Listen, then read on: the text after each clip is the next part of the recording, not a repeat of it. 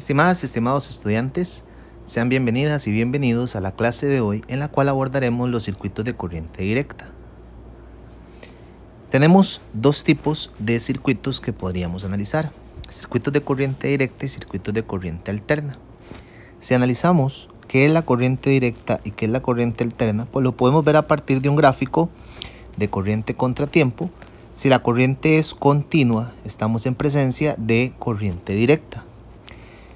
Por el contrario, en un mismo gráfico de corriente contratiempo, si tenemos una oscilación en la corriente, estamos en presencia de corriente alterna.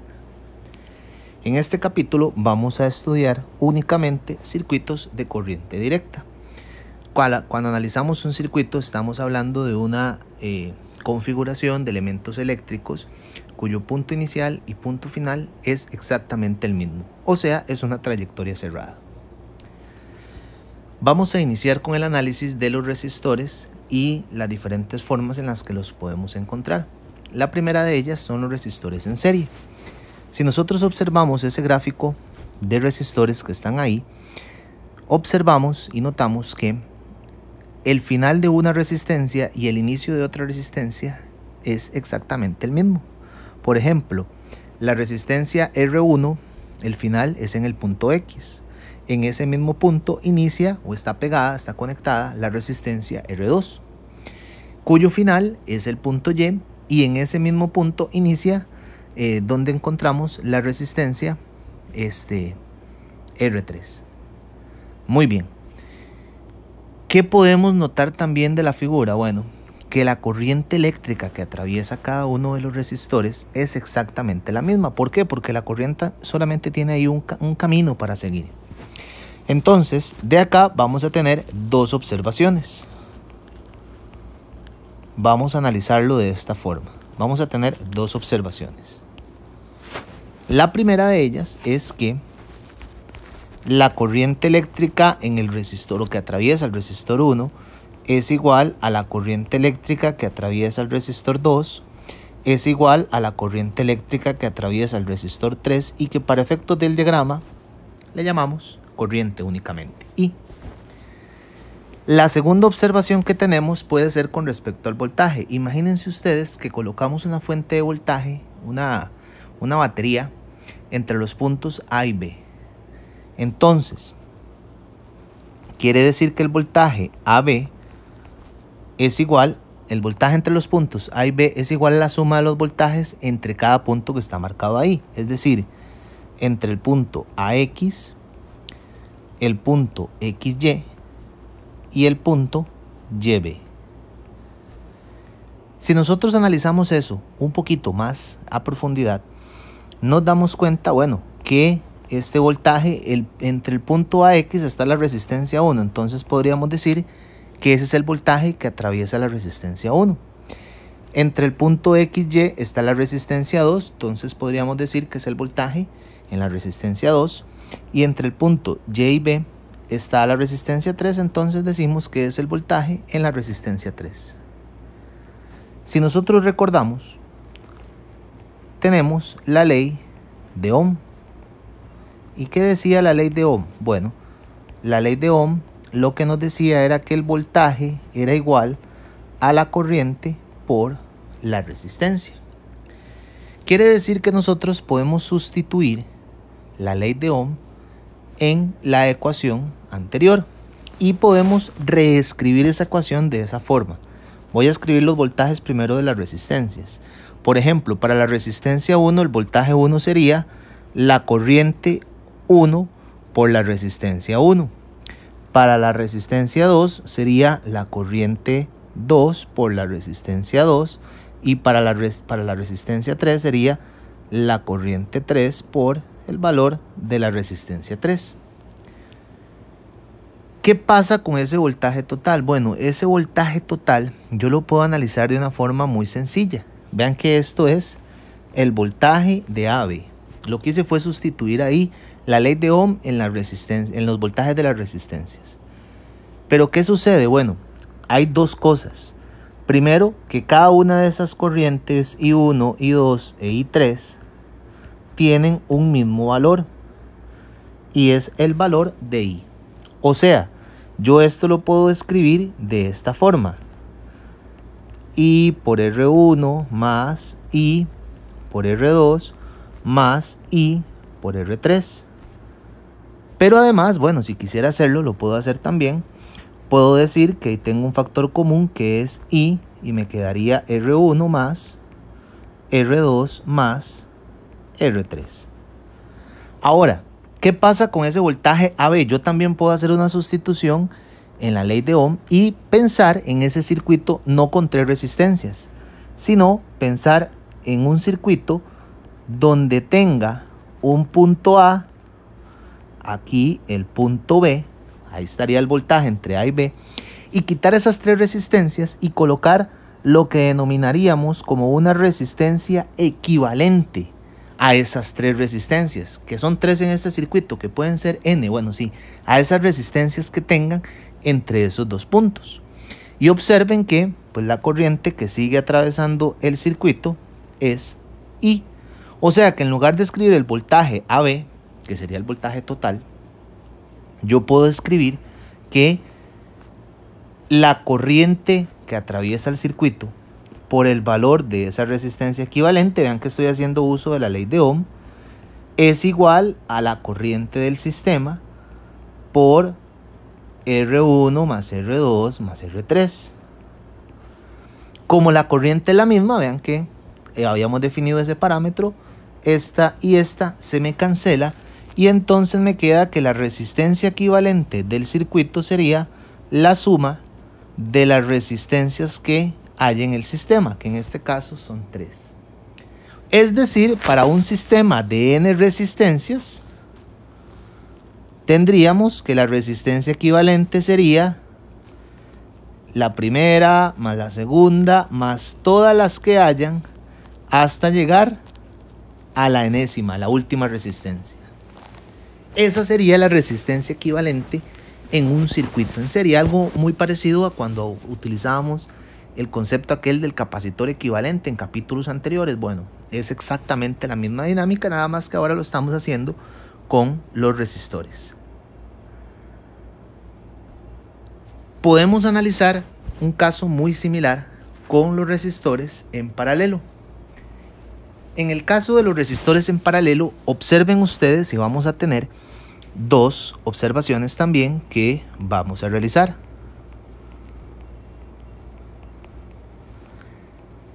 La primera de ellas es con respecto al voltaje. Y vean ustedes que el voltaje entre A y B tiene una particularidad. Vean ustedes que el trabajo que requiere, vean el dibujo, ¿verdad? Cómo está colocado. Si nosotros analizamos el trabajo para llevar una carga a través de R1 del punto A al punto B, o el trabajo para llevar la misma carga de A a B por R2, o el trabajo para llevar la carga de A a B por R3, por cualquiera de los tres caminos, vean que los tres caminos son equipotenciales, tienen el mismo potencial porque están ubicados, el punto A y el punto B están ubicados de esa manera. O sea, quiere decir que el voltaje de A a B, o el voltaje total que podría tener el circuito, sería el mismo que hay a través de la resistencia 1, a través de la resistencia 2 o a través de la resistencia 3. Esta sería la primera observación que nosotros haríamos. La segunda observación es con respecto a la corriente. Y observen ustedes que yo tengo una corriente total del circuito. Pero ¿qué sucede con esa corriente total del circuito en el punto A? Bueno, resulta ser que este punto, ya vamos a hablar un poquito más adelante acerca de él. Bueno, ese punto es lo que se conoce como un nodo, un punto nodal. ¿Qué es un nodo? Un punto donde la corriente tiene diferentes caminos para poder moverse. Vean ustedes que la corriente puede subir por R1, llamémosle a esa I1, puede bajar hacia I3 o hacia R3, perdón, llamémosle a esa I3, o puede continuar por I2, por R2, perdón, llamémosle a esa I2. O sea que la corriente total del sistema se divide en tres corrientes, en I1, I2 e I3. Y observen también que cuando llegamos a este otro punto, al punto B, este también es un punto nodal, pero vean que este punto nodal es más bien donde las corrientes vuelven a unirse. Aquí viene I2, aquí viene I3 y aquí arriba viene I1. Vuelven a unirse y forman la corriente total del circuito. Aplicando nuevamente la ley de Ohm en este principio que estamos analizando. Recuerden, bueno, antes dijimos que voltaje era igual a corriente por resistencia. Ahora voy a despejar más bien la corriente y entonces me queda que voltaje entre resistencia es igual a la corriente eléctrica. Aplicando ese principio en esta ecuación, vamos a tener que, bueno, la corriente total sería igual a el voltaje 1 entre R1 más el voltaje 2 entre R2 más el voltaje 3 entre R3. Pero observen, todos los voltajes son iguales y equivalen al voltaje de A a B. Sería este análisis que hicimos antes. O sea que la corriente total sería el voltaje de A a B entre R1 más el voltaje de A a B entre R2 más el voltaje de A a B entre R3. ¿De acuerdo? Factor común ahí sería el voltaje de A a B. Y entonces me quedaría 1 entre R1 más 1 entre R2 más 1 entre R3. Si nosotros hacemos un análisis similar y decimos, bueno, nosotros podríamos quitar esas tres resistencias y poner una única resistencia equivalente que vaya entre el punto A y entre el punto B. Entonces, y aplicar la ley de Ohm, sería el voltaje entre A y B entre esa resistencia equivalente es igual al voltaje AB 1 entre R1 más 1 entre R2 más 1 entre R3. Y observen ustedes que los voltajes se nos cancelan y me queda entonces la expresión que 1 entre la resistencia equivalente es igual a 1 entre R1 más 1 entre R2 más 1 entre R3, que si despejamos la resistencia equivalente ahí, me queda 1 entre R1 más 1 entre R2 más 1 entre R3 a la menos 1. Esto para 3 resistores. Si yo quisiera tenerlo para n resistores, entonces en un circuito en paralelo o en una distribución de resistores en paralelo, la resistencia equivalente sería igual a 1 entre R1 más 1 entre R2 más todos los que existan hasta llegar al enésimo resistor, al último resistor, y todo eso elevado a la menos 1. Entonces vean la configuración de los resistores en paralelo y cómo se pueden ellos pues acomodar sustituyendo, ¿verdad?, los 3 resistores por un resistor equivalente como tal. Entonces veamos ese fenómeno que está ahí, ese problema que está ahí, es decir, muy bien, dice, la refacción de una máquina tiene un resistor X que sobresale a través de una abertura lateral. Este resistor está conectado a otros 3 resistores, como se ilustra en la figura. Un ohmómetro conectado a través de A y B arroja una lectura de 2 ohms. ¿Cuál es la resistencia X? Observen ustedes que esa resistencia que me da cuando la conecto entre el punto A y B es la resistencia equivalente pues de todo el circuito. Entonces, esos circuitos están, o esos resistores están conectados en paralelo como tal.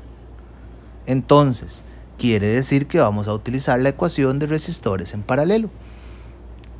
Son 4 resistores, entonces vamos a tener 1 entre R equivalente es igual a 1 entre R1 más 1 entre R2 más 1 entre R3 más 1 entre R4.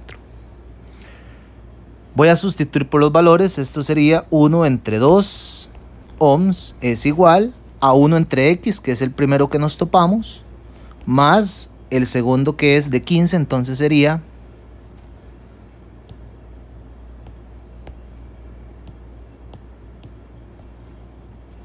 1 entre 15 más 1 entre 5 más 1 entre 10, que sería el cuarto.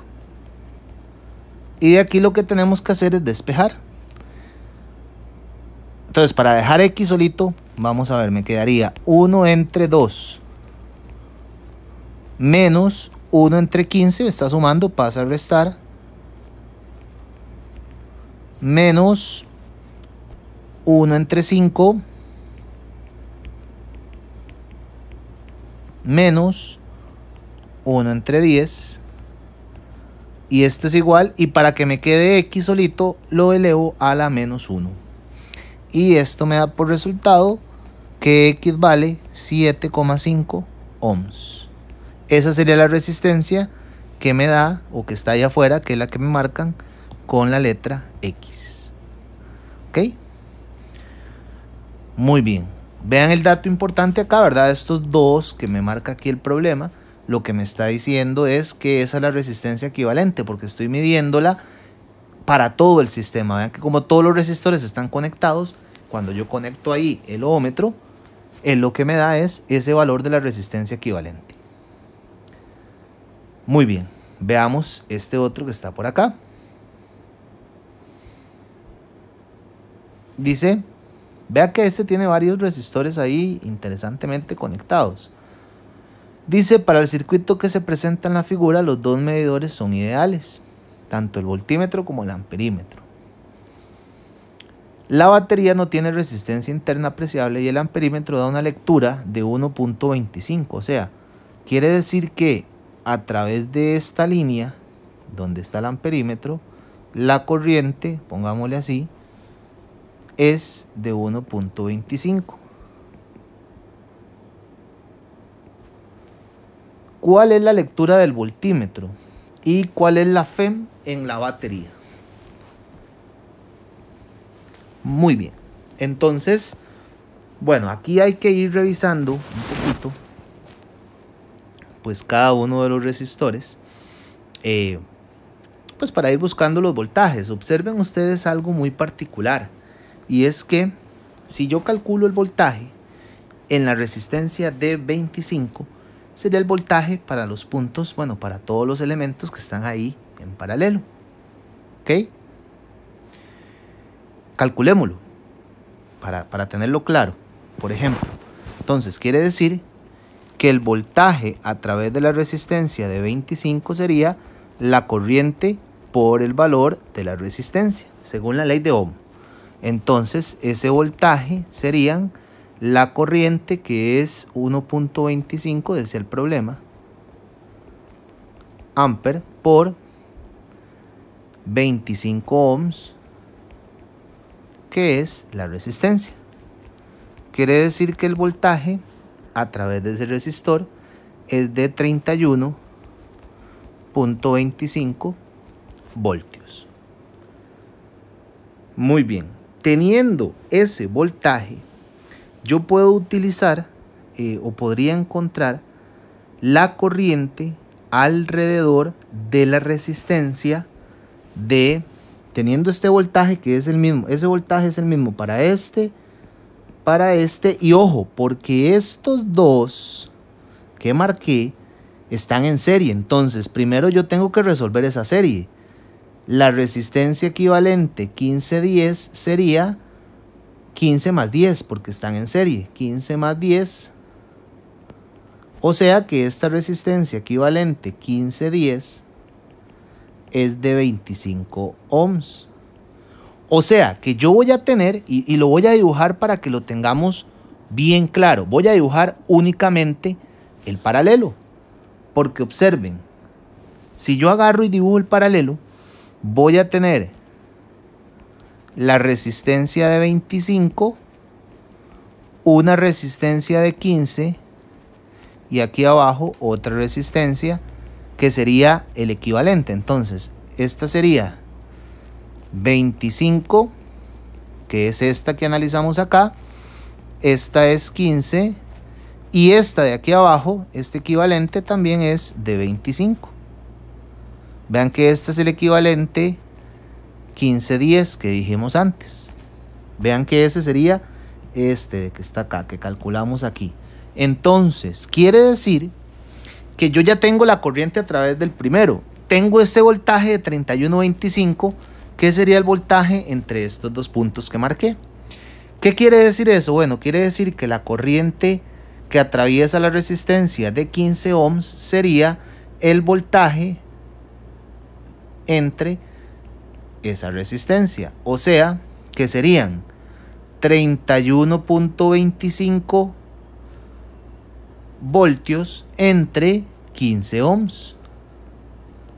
Y del otro lado, en la de abajo, en la equivalente de 25, pues sería el voltaje entre la resistencia equivalente, vamos a ponerla con el nombre que es 1510, entonces sería 31.25 entre 25. Claro, podemos observar que la corriente que atraviesa la resistencia de abajo pues es la misma de que atraviesa la resistencia de arriba, porque tienen el mismo valor, serían 1.25 amperes, mientras que la otra resistencia, la resistencia de 15, tiene una corriente de 2.083 amperes.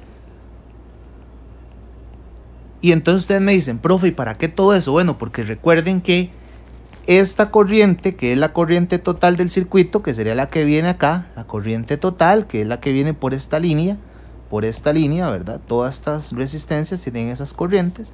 Pues esa corriente total sería la corriente total del sistema. Entonces, quiere decir que la corriente total del sistema sería 1.25, que es la corriente del primero, más 2.083, que es la corriente del segundo, más 1.25, que es la corriente del tercero. Y entonces quiere decir que la corriente total de ese sistema es de 4.58 amperes. Muy bien. Y ustedes me dicen, profe, ¿y para qué ese análisis? Porque no me están pidiendo la corriente. Bueno, no me están pidiendo la corriente, pero es un auxiliar que yo voy a utilizar, porque vean ustedes que esa corriente es la misma que atraviesa este elemento que acabo de marcar. Y entonces quiere decir que el voltaje sería la corriente por la resistencia. O sea, quiere decir que ese voltímetro, que es la primera pregunta, el voltaje que es en la resistencia de 45 sería la corriente total del circuito por la resistencia de 45. O sea, 4.58 por el valor de la resistencia, que es 45, y esto da 206 voltios. La segunda pregunta es muy interesante, porque la segunda pregunta dice cuál es la corriente total de la fuente. Entonces, si nosotros vemos ese circuito de esta manera, aquí estaría la resistencia de 45, ¿de acuerdo? Aquí estaría el paralelo que va entre dos puntos. Bueno, lo voy a dibujar como tal, como estaba inicialmente, ¿de acuerdo? Aquí está ese otro punto. Luego tendríamos, vamos a ver el dibujo, la resistencia de 35 ohms, que sería la resistencia de 35. Y bueno, pues tendríamos la fuente y aquí cierra. Si nosotros analizamos ese circuito, bueno, yo conozco el voltaje entre estos dos puntos. El voltaje entre esos dos puntos lo calculé antes, es de 31.25 voltios. Este voltaje de la resistencia de 45 también lo calculé, es 206 voltios. Este es el voltaje de la fuente que no conozco, pero vean ustedes que ese voltaje de la fuente, si yo lo quiero calcular, pues sería la suma de los voltajes que atraviesan cada uno de los elementos que está por ahí. El voltaje del paralelo. Y observen que el que me haría falta de conocer es el de 35, pero no habría ningún problema porque ya yo tengo la corriente total del circuito. Vean que la corriente total sale por ahí y entonces esa corriente total ya yo la tenía. Era esta que tenía un valor de 4.58. Entonces quiere decir que el voltaje a través de la resistencia de 35 sería la corriente total por la resistencia de 35, o sea que serían 4.58 amperes por 35 ohms. Y este sería ese voltaje que lo voy a utilizar después ahí para poder hacer el cálculo. Quiere decir que a través de ese resistor el voltaje, ya les digo, es de 160.3 voltios. O sea que el voltaje total serían 160.3 más 206, que era el anterior, más 31.25. Y entonces quiere decir que el voltaje total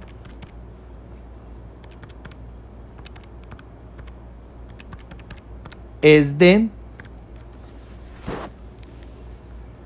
bueno, dándolo con las cifras correspondientes, de 398 voltios.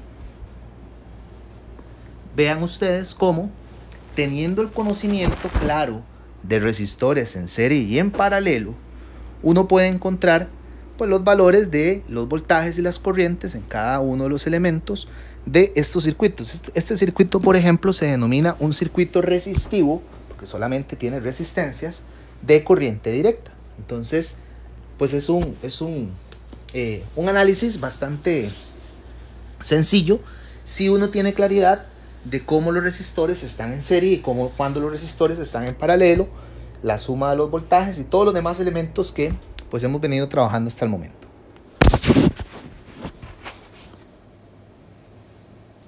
Veamos este otro. Este otro es muy parecido a esto que venimos analizando.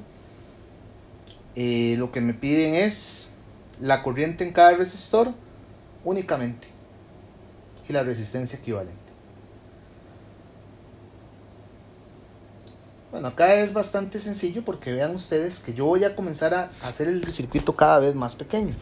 Vean ustedes que estos elementos están en serie porque la corriente que los atraviesa es la misma y estos elementos están en serie. O sea, esta resistencia equivalente sería 1 más 3, o sea, serían 4 ohms. Y de este lado, la resistencia equivalente serían 7 más 5, que serían 12 ohms. ¿De acuerdo? O sea que yo puedo reestructurar ese circuito de esta manera.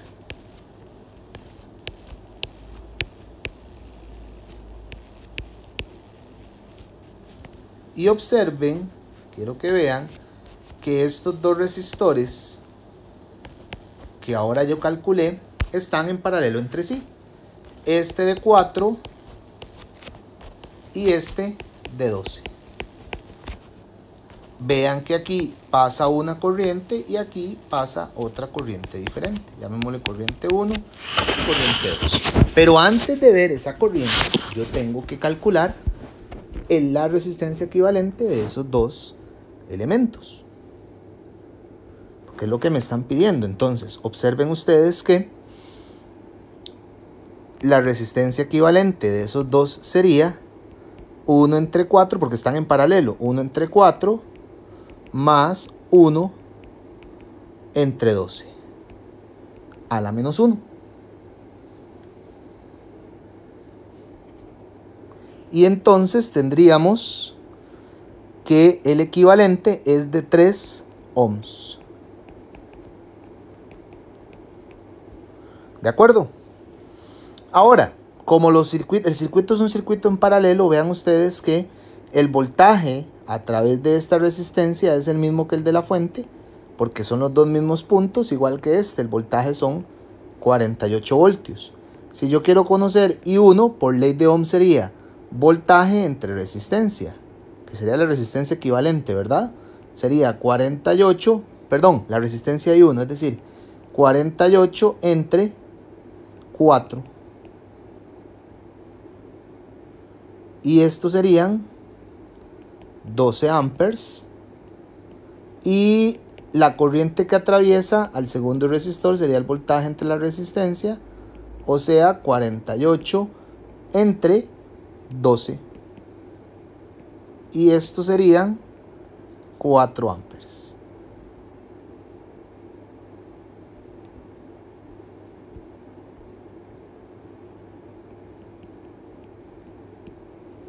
Muy bien.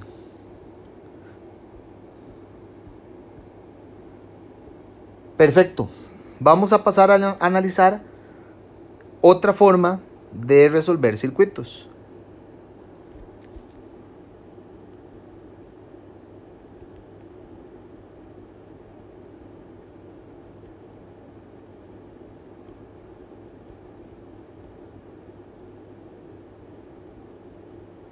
Estas reglas se llaman las reglas o las leyes de Kirchhoff. ¿Okay? Y son dos reglas en particular. Muy bien. La primera de ellas es la regla denominada regla de los nodos. Ya vimos que era un nodo, ¿verdad? Entonces, un punto donde la corriente tiene diferentes caminos o puede seguir diferentes caminos. Entonces, vean ustedes. La primera lo que dice es que en un nodo, la suma de las corrientes en ese nodo tiene que ser 0. O sea, la misma cantidad de corrientes que entran es la misma cantidad de corrientes que salen. La segunda es la regla de mallas. Una malla es una trayectoria cerrada. Y lo que dice es que la suma de las diferencias de potencial alrededor de cualquier malla es igual a 0. ¿Ok? O sea, la suma de los voltajes. Vean ustedes, y aquí hay que tener cuidado con esto. ¿Cuándo puedo utilizar o cuántos nodos pueden ser útiles para realizar un sistema de ecuaciones que me sirvan en las leyes de Kirchhoff? Bueno, por ejemplo, en este sistema, en el primero, aquí, hay dos nodos. Vean, en A y en B son puntos nodales. Tengo dos nodos. Esos dos nodos tendrían una misma ecuación. Observen, por ejemplo, yo digo que aquí pasa I1, aquí entra I2 y aquí sale I3. Entonces quiere decir que aquí entra I3, aquí sale I2 y aquí entra I1. Vean que estoy teniendo la misma relación. Arriba tengo I1 que sale, I2 que entra, I3 que sale. Y abajo tengo I3 que entra, lo contrario de arriba, I2 que sale, lo contrario de arriba, y la corriente 1 que va a entrar, que es lo contrario de arriba. Vean que son exactamente el mismo nodo. Nada más, o tiene las mismas corrientes, nada más que está ubicado con situaciones diferentes. Quiere decir esto que es un mismo nodo el que estoy analizando, nada más que estoy tomando en consideración las direcciones de las corrientes de forma arbitraria. O sea que de esos dos nodos solo puedo usar uno para la ecuación o para montar un sistema de ecuaciones. Y ustedes me dicen, profe, ¿cómo se le ocurrió a usted? ¿Cómo se le ocurrió a usted poner que I1 salía o que I2 entraba? ¿Por qué no al revés? Eso es totalmente arbitrario. Usted decide esa dirección. Por supuesto que conforme uno va resolviendo circuitos, uno va afinando un poco el ojo y se va dando cuenta cuándo entra o cuándo sale una corriente. ¿Qué pasa? Bueno, cuando usted resuelve el sistema de ecuaciones, si el sistema de ecuaciones le tira un resultado negativo en una de las corrientes, quiere decir que usted se equivocó y que no va en esa dirección, sino que va en dirección contraria. Pero eso no importa, en magnitud es lo mismo. Ahí es donde entra el criterio suyo para decir, no, un momento, la dirección de la corriente I1 si me dio negativa cuando resolví el sistema de ecuaciones que formulo a partir de las leyes de Kirchhoff, entonces si me dio negativa quiere decir que no salía en el nodo 1, sino que más bien entraba al nodo 1, la dirección es la contraria. Entonces no se preocupen por eso. Ahora, ¿cómo utilizar mallas? Bueno, una malla es un elemento, ya lo vimos, una trayectoria cerrada, y la característica que tiene que tener, vean ese mismo dibujo, tiene dos mallas. La malla 1 y la malla 2, la malla 1, malla 2 o malla 3, ustedes pueden usar cualquiera de las tres. Yo en realidad les sugiero siempre que usen las mallas chiquititas, por ejemplo en este caso, las que tengan menos elementos para que sea menos confuso. Por ejemplo, sería en este caso la malla 2 y la malla 3. Observen, ¿por qué son diferentes esas mallas? Porque si yo analizo la malla 2 tiene dos elementos, R1 y R2. ¿Lo ven? R1 pequeñito y R2 pequeñito y tiene las fuentes de voltaje. Esa es la malla 2. La malla 3 tiene a R2 con la fuente de voltaje. Entonces es el mismo elemento de antes, pero tiene un elemento nuevo, que sería esta resistencia. Ya eso la hace una malla diferente. En otras palabras, ¿cuándo puedo usar cuántas mallas diferentes puedo usar? Bueno, las que yo forme de manera que incluya todos los elementos del circuito, pero además, es importante esto,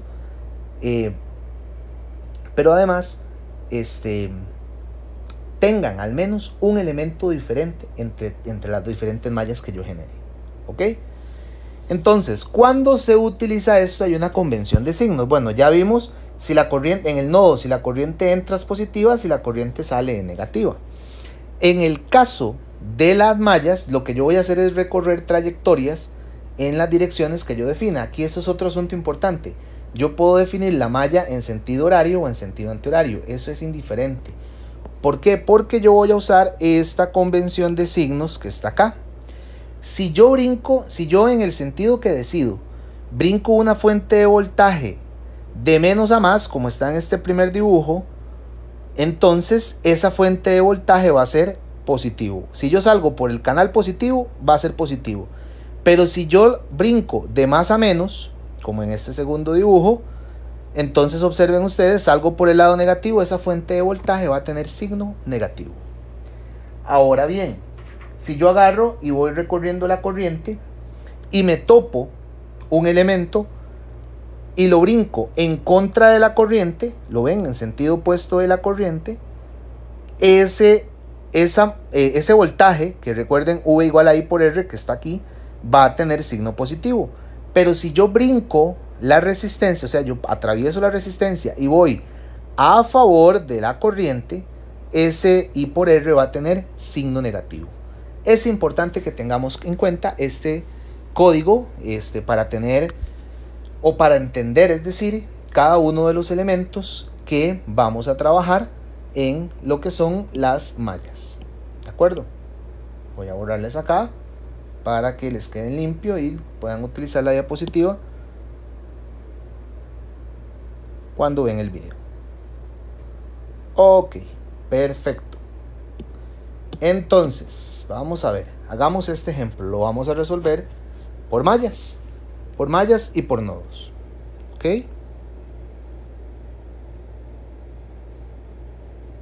Es decir, por reglas de Kirchhoff.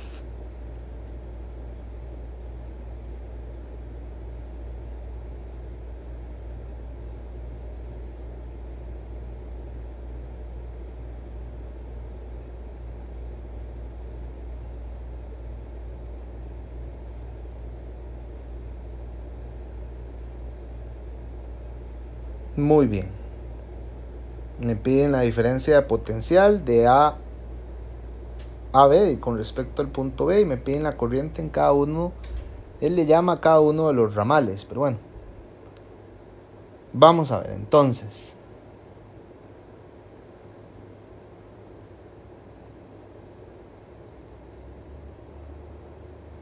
Nosotros definimos cuál va a ser la malla que vamos a utilizar. Por ejemplo, yo voy a decir de que aquí voy a tener un nodo. Y entonces voy a decir que aquí entra una corriente, llamémosle I1, sale una corriente I2 y sale una corriente I3. Entonces la ecuación nodal, la que vamos a denominar ecuación nodal, sería que I1 es igual a I2 más I3. Muy bien. En otras palabras, diríamos que I1 menos I2 menos I3 es igual a 0. Esta es la primera ecuación. De mallas voy a generar dos mallas. Voy a generar una malla que va en este sentido, ¿de acuerdo? Y una malla aquí abajo que va en este sentido. Vean que entre sí son diferentes. porque la malla de abajo tiene la resistencia de 10 y la malla de arriba tiene diferente la resistencia de 2, la fuente potencial de 10 y el resistor de 3. Entonces, vean ustedes, voy a comenzar en un punto en particular, voy a comenzar en la fuente, aquí, en esta de 10, voy a hacer la malla 1, esta es la malla 1 y esta es la malla 2. Entonces, ojo, atravieso esta fuente en este sentido y salgo por el lado positivo, entonces serían 10 voltios, sería positivo por convención. Bueno, no le voy a poner unidades para que no se nos complique mucho ahí el asunto, nada más pongamos los números. Ok, 10 voltios más. Vean que cuando atravieso a R2, o perdón, a R igual 2, es decir, voy a favor, porque aquí digo que la corriente viene aquí, ¿verdad? La observan, vean la dirección. Entonces sería menos I1 por R2, que sería 2. ¿De acuerdo? Sigo, ahora voy a pasar por esta de acá, que es, vale un ohm. Voy a favor de I3, entonces sería menos I3 por un ohm, que vale esa resistencia. Salgo por el lado negativo de esta fuente, entonces sería negativo, menos 5 voltios. ¿De acuerdo? Paso por esta resistencia a favor de la corriente, vean que sería entonces I3 por 4. Y finalizo brincando a I3 de esta manera. Aquí ya está I1, recuerden que este es el ramal donde está I1. Voy a favor de la corriente, entonces sería I1 por 3. Y esto es igual a 0. Esta es la ecuación de la primera malla. Sí, entonces agrupamos los que sean iguales. Por ejemplo, este con este. Entonces sería menos 3 menos 2. Sería menos 5 por I1. Agrupamos este con este. Sería menos 1 menos 4. Sería menos 5. Bueno, voy a acomodarlo. Pongámoslo así. Ahorita la acomodamos. Menos 5 y 3. Y ojo con los voltajes. Este que es voltaje y este que es voltaje. 10 menos 5 sería 5. Positivo. Cuando pasa al otro lado del igual sería menos 5. Los paso al otro lado del igual, lo que son voltajes. Esta es la ecuación de mi malla 1. ¿De acuerdo? Ya reducida. Voy a la malla 2. La malla 2 tiene menos elementos. Arranco igual en la fuente de voltaje para no perderme. Entonces ahora voy a recorrer la fuente de voltaje. Voy para allá, ¿verdad? Entonces sería, vean que yo definí la dirección de la malla. Entonces sería, salgo por el lado positivo de 5. Entonces sería 5 voltios positivo. Más.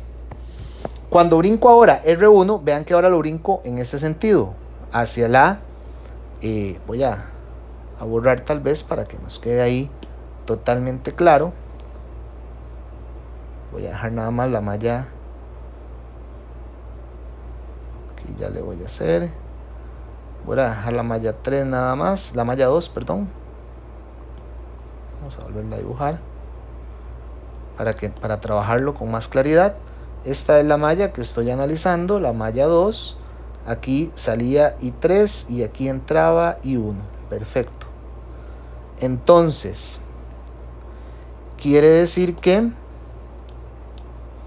cuando brinco 5 voltios, lo brinco para el lado positivo. Cuando brinco la resistencia de 1, ahora voy en contra de la corriente. Vean que I3 va para la derecha, yo estoy brincando hacia la izquierda. Entonces sería más I3 por el valor de esa resistencia, que es 1. Ahora esta la brinco a favor de I2, porque vean que I2 va para abajo, vean la dirección que le definí. Entonces sería menos I2 por 10.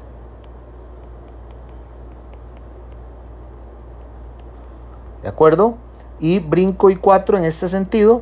Y vean que cuando brinco I4, I3 va para allá, la brinco en contra, entonces sería positivo más I3 por 4. Y ya llegué otra vez al punto, entonces esto es igual a 0, porque la suma de los voltajes es igual a 0. Entonces, reestructuro aquí, veo a ver si tengo algunos iguales. Por ejemplo, este y este son iguales, serían 1 y 4, serían 5. Voy a ponerlo ordenado, sería menos 10 y 2, más 5 y 3. Y el 5 que quedó positivo, que es el voltaje, al otro lado pasa a restar, menos 5. Esta sería la ecuación de la malla 2. Entonces vean que tengo un sistema de 3 variables, 3 ecuaciones, es decir, puedo resolver el sistema. La primera ecuación era la de nodos, que es I1 menos I2 menos I3.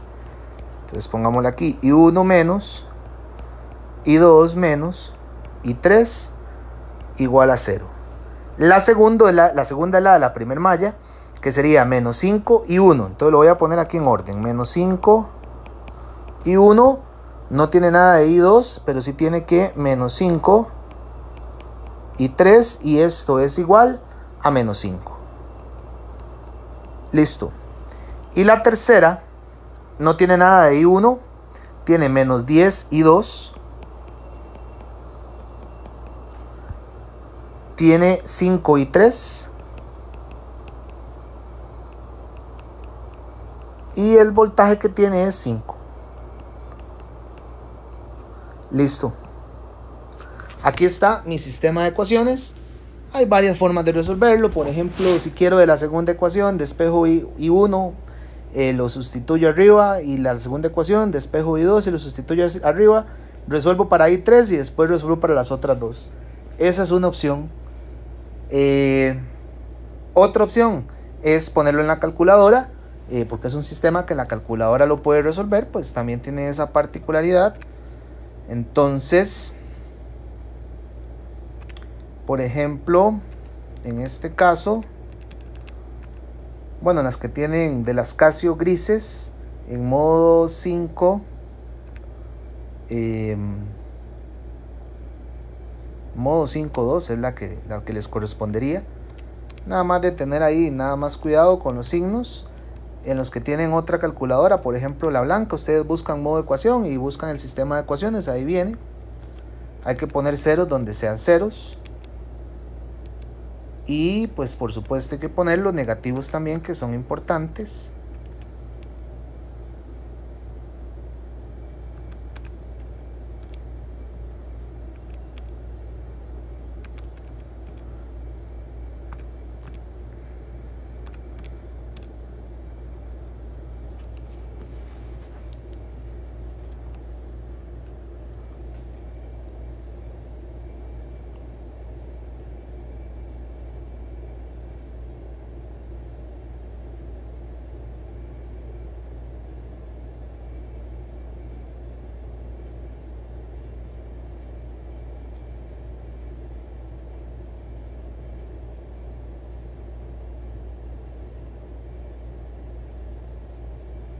Y entonces tendríamos que I1 nos da por resultado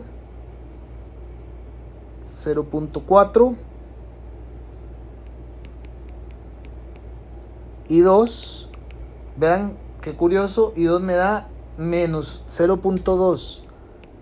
O sea, quiere decir que la dirección no era esa, sino era la dirección contraria. Y la corriente 3 me da 0.6.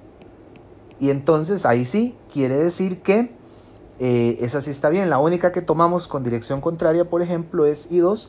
O sea, quiere decir que aquí I2 no salía, sino que más bien entraba. ¿Ok? Entonces vean qué interesante por ahí pues ese análisis. Ahora bien, si yo quiero encontrar el voltaje del punto A al punto B en la figura, del punto A al punto B tengo dos resistencias en medio de ellos. Vean que de aquí, quiero que analicemos este pedacito nada más. Entonces el voltaje AB pues serían los voltajes que hay entre el punto o que atraviesa la resistencia de 3 y la resistencia de 4. Ya tengo las corrientes y pues lo ejecutamos. Y pues vamos a tener, ¿verdad? El voltaje sería, el voltaje de AB sería el voltaje de 1 más, el voltaje de la resistencia de 3, vamos a ponerlo así, más el voltaje de la resistencia de 4, y esto nos da por resultado, ustedes lo pueden ejecutar ahí, 3.20 voltios. Algo muy parecido a lo que hicimos la semana, en el capítulo anterior, es decir, con estos análisis. Muy bien. Hay otras variables acá que podemos encontrar y una de ellas es los diferentes medidores o los diferentes instrumentos de medición eléctrica. Ya hablamos del voltímetro, hablamos del amperímetro, perdón. Pero bueno, es importante también tener claro, por ejemplo, un medidor de corriente muy utilizado es un galvanómetro Dan-Sorval, que ahí viene un poco, que tiene una bobina móvil y que pues la aguja muestra cuánto es el valor de la corriente que atraviesa un sistema. Para medir corriente se utilizan los amperímetros, para medir voltajes se utilizan los voltímetros. Entonces tener en claridad toda esta particularidad, ¿verdad? Ahí los potenciómetros también para medir la potencia disipada por un elemento eléctrico. Bueno, son diferentes instrumentos. Por acá viene un ejercicio que tiene que ver con esto, igual viene muy relacionado con lo que acabamos de hacer, con las leyes de Ohm también, con la ley de Ohm, es decir.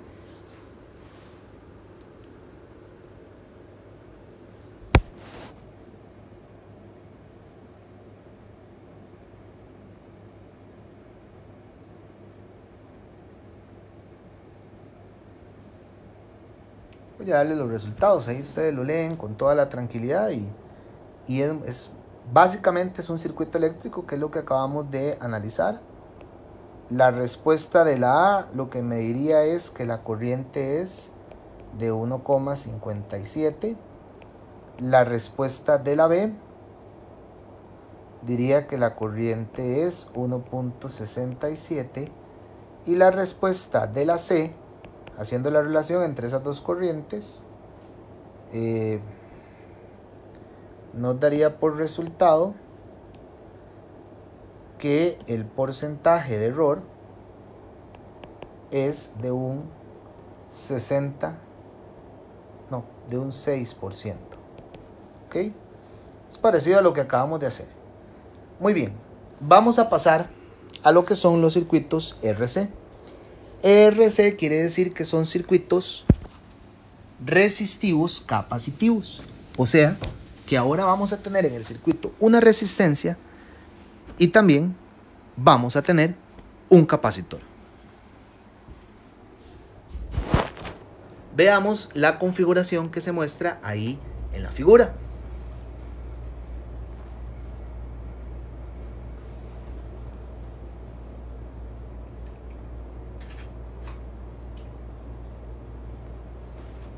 ¿Cómo podemos observar? El circuito está compuesto por una resistencia, un capacitor. Tenemos una fuente de voltaje, como lo mostramos acá.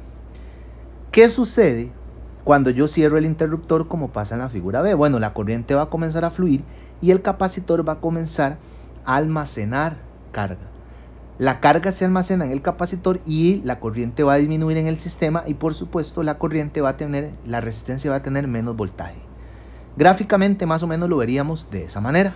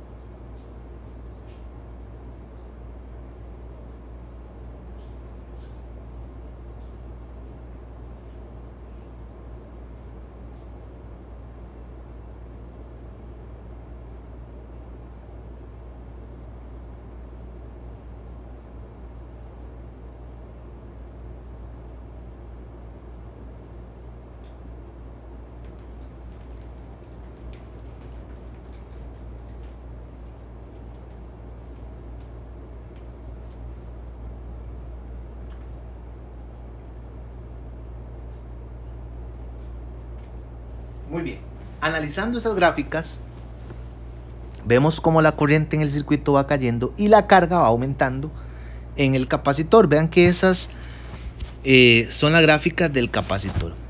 Quiero que observen algo. Hay un término aquí que se denomina RC. Este RC es la constante de tiempo tau, que lo que me dice es que esto es el tiempo, constante de tiempo para el circuito. ¿Cuándo se dice que un capacitor? Porque el capacitor no se carga totalmente. Cuando ha pasado una constante tau, la carga del capacitor es 63% de su carga total. Cuando pasa a la segunda constante es 63% del remanente de carga y ahí sucesivamente. ¿Qué quiere decir esto? Bueno, esto quiere decir que el capacitor nunca se carga por completo. Por eso es que vamos a llegar a una carga final para el capacitor, que sería la relación que existe, bueno, con la constante de tiempo multiplicada por 5 veces. Decimos que cuando han pasado 5 constantes de tiempo, el capacitor está cargado o descargado en su defecto. Entonces, vean ustedes qué interesante el comportamiento. Él va almacenando, pero nunca se va a cargar por completo. Las ecuaciones de la carga son esas que están ahí. Vean que epsilon representa, ahí está todo muy bien determinado. Epsilon es la FEM de la batería, tiempo transcurrido, vean que es una exponencial tal como se muestra. Y por supuesto la corriente es la derivada de la carga con respecto al tiempo. Y por supuesto ahí pues aparecen los diferentes elementos que tiene la ecuación, ¿verdad? I sub 0 sería la corriente inicial del sistema. Muy bien. En el caso de la descarga ocurre exactamente lo mismo. Es la misma relación. Vean que ahora ya no tenemos en el circuito una FEM, sino que lo que tenemos es un interruptor y el capacitor es el que va a funcionar como si tuviéramos una FEM ahí. Entonces, bueno, vamos a tener igual una descarga que va a tener una característica exponencial cuando se cierra el circuito y ahora la corriente va a comenzar a consumir la resistencia producto del capacitor, de las cargas que se mueven a través del capacitor. ¿Ok? Muy bien. Entonces vamos a ver, esas son las ecuaciones de descarga del capacitor, vean que son muy parecidas, son exponenciales, y también la de la corriente para la descarga del capacitor, el sistema RC, ¿verdad? Entonces veamos ahí este circuito, por ejemplo. Dice,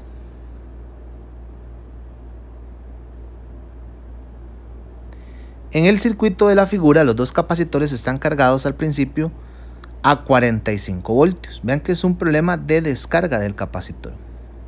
¿Ok? Entonces dice, ¿cuánto tiempo después de cerrar el interruptor S, el potencial a través de cada capacitor se reducirá a 10 voltios? Vean que lo que me piden es un tiempo. Y en ese momento, ¿cuánto es la corriente? Muy bien. Si nosotros analizamos, entonces vamos a tener claro que la ecuación, vamos con la A primero, la ecuación que define el voltaje del capacitor es el voltaje inicial, según las ecuaciones que estaban anteriormente, la exponencial menos T entre R por C. Entonces de aquí lo que yo tengo que hacer es resolver. Vean que para quitar, bueno, ese para el voltaje, ya vamos a ver el de la corriente. Vean que aquí lo que yo tengo que quitar, lo que ocupo es un tiempo, tengo que quitar esa exponencial, entonces ocupo sacar un logaritmo natural para quitarlo. Bueno, lo cierto del caso es que cuando yo saco el logaritmo natural, bueno, aquí me quedaría, voy a hacer el despeje, v entre v sub 0 es igual a la exponencial de menos t entre r por c. Y observen que cuando yo saco aquí el logaritmo natural, me quedaría el logaritmo natural de v entre v sub 0 es igual al logaritmo natural de e a la menos t entre r por c. Entonces me queda logaritmo natural de v entre v sub 0, ¿de acuerdo? Menos es igual a menos t entre r por c, y entonces quiere decir que menos r por c por el logaritmo natural de v entre v sub 0 es igual a t. Listo, ahí tengo, y pues me dan los valores. Vean ustedes que, eso sí, la resistencia que yo utilizo, véanla, es la resistencia de los dos, es la resistencia equivalente. O sea, quito eso y uso una única resistencia, que esa resistencia equivalente sería, como están en serie, vean que la corriente que los atraviesa es la misma línea, serían 80 ohms. Entonces decimos que ese tiempo serían 80 ohms por la capacitancia, y ojo con la capacitancia, porque estos dos capacitores están colocados en paralelo. Cuando estaban colocados en paralelo, la capacitancia equivalente era la suma, o sea, serían 35 microfaradios. Vean cada uno de los detalles, como utilizamos elementos de capítulos anteriores. Entonces estos serían 35 por 10 a la menos 6 faradios. ¿De acuerdo?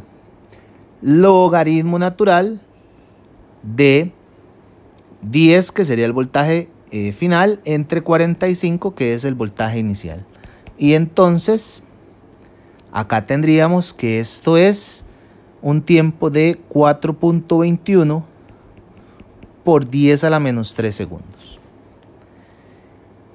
Vean ustedes cada uno de los detalles, ¿verdad? Cómo reducimos el circuito y después aplicamos las ecuaciones de los capacitores. Ahora, en la pregunta B me piden la corriente y de las ecuaciones anteriores que vimos, por ejemplo, para el proceso de descarga, la corriente es el voltaje entre la resistencia exponencial menos tau entre R por C. Entonces ya el tiempo yo lo tengo. Vean que el tiempo es de 4.21 por 10 a la menos 3. El voltaje inicial es 45, R es la resistencia equivalente que ya nosotros tenemos y R por C, ese también lo tengo, ¿verdad? Que es el valor de la capacitancia equivalente. Entonces meto esos números ahí y me da que la corriente es de 0.125 amperes. ¿Ok? Vean ustedes, ¿verdad? Todos los detallitos que hay alrededor de estos problemas, de simplificarlo, de si tengo resistencias. Este es un caso muy particular, con dos, pueden ser 3, 4, 5, no importa. Se reduce a una sola resistencia, se reduce a un solo capacitor también. Y pues aplicamos los principios tal cual como los hemos aprendido. ¿Ok? Por aquí tenemos también un sistema de distribución de energía. Estos son de corriente alterna principalmente, pero vamos a hacer mención de ellos. Vean ustedes cómo, por ejemplo, los tomacorrientes están conectados en paralelo, de forma que si un tomacorriente se daña, por A o por B, o una bombilla que también está en paralelo al sistema se daña, pues no hay ningún problema porque los otros dos siguen funcionando, la corriente sigue pasando. Si estuvieran en serie tendríamos un problema porque si estuvieran en serie se quema uno y ya no sirve nada. Entonces, por eso es que los sistemas de distribución de energía tienen esta particularidad. Ok, entonces vamos a hacer este 26.52. Dice: el elemento calentador de una secadora eléctrica tiene un potencial nominal de 4.1 kilowatts. Entonces, bueno, ya me dan... Esto hay que pasarlo a watts, quiere decir que la potencia es de 4100 watts. Y se conecta a una línea de 240 voltios. Este es el voltaje. Dice, ¿cuál es la corriente en el elemento calentador? Bueno, aquí hacemos o referimos a las ecuaciones que se estudiaron en el capítulo anterior para potencia. Recuerden que potencia era igual a corriente por voltaje. O también... decíamos que es la que nos va a esa es la que nos va a funcionar, porque tengo la potencia y tengo el voltaje. Entonces, es decir, había que despejarla, el voltaje pasa a dividir, y me queda entonces que 4100 watts entre 240 voltios sería la corriente, y esta corriente es de 14 amperes. No, perdón, de 17.1, no 14, 17.1.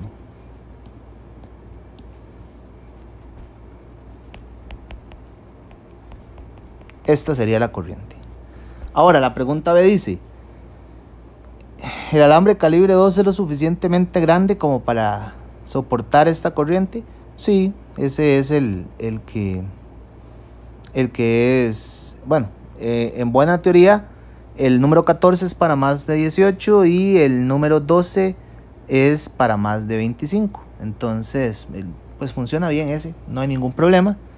¿Cuál es la resistencia del elemento calentador de la secadora a su temperatura de operación? Entonces, en la pregunta B lo que me están pidiendo es la resistencia eléctrica. Recuerden que el potencial era voltaje, o la potencia era voltaje al cuadrado entre la resistencia. Si yo quiero despejar la resistencia, sería voltaje al cuadrado entre la potencia, o sea, serían 240 voltios a la 2 entre 4100 watts. Y aquí sí, esta la que da 14 ohms.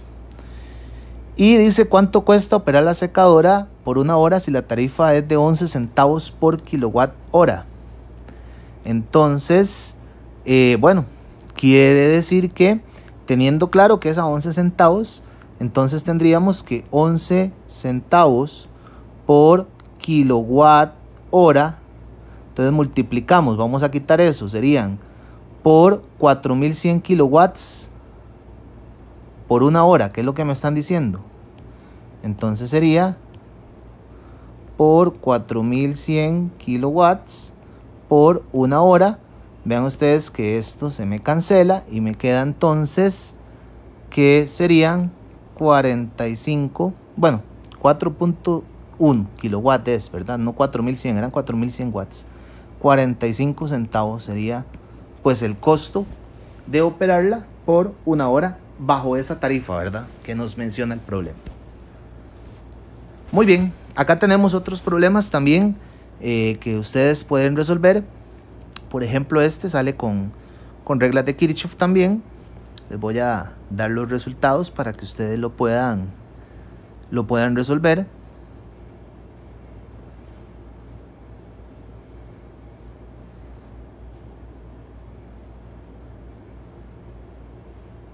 En el primero, la respuesta de la A, el voltaje de AB es de 0.22 voltios y la respuesta de la B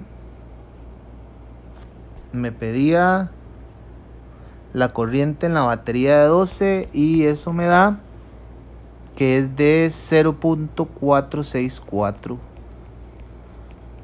amperes, igual a como lo resolvimos antes con reglas de Kirchhoff. Este otro de acá, el 26.60, nos piden el valor de epsilon, igual sale con reglas de Kirchhoff. Me piden eso nada más.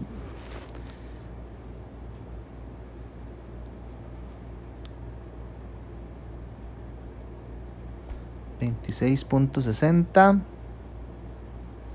Dice que epsilon es de 8.6 voltios.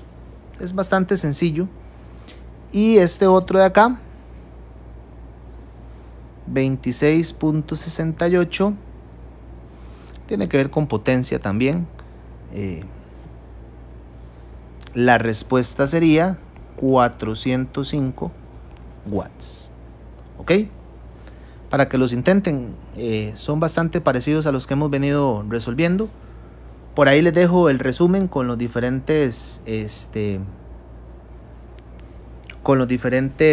ejercicios que trae el libro resueltos para que ustedes los puedan revisar. Y un ejercicio más, parecido al que acabamos de hacer, con 2 capacitores y 2 resistores. De mi parte sería todo. Nos vemos en la próxima.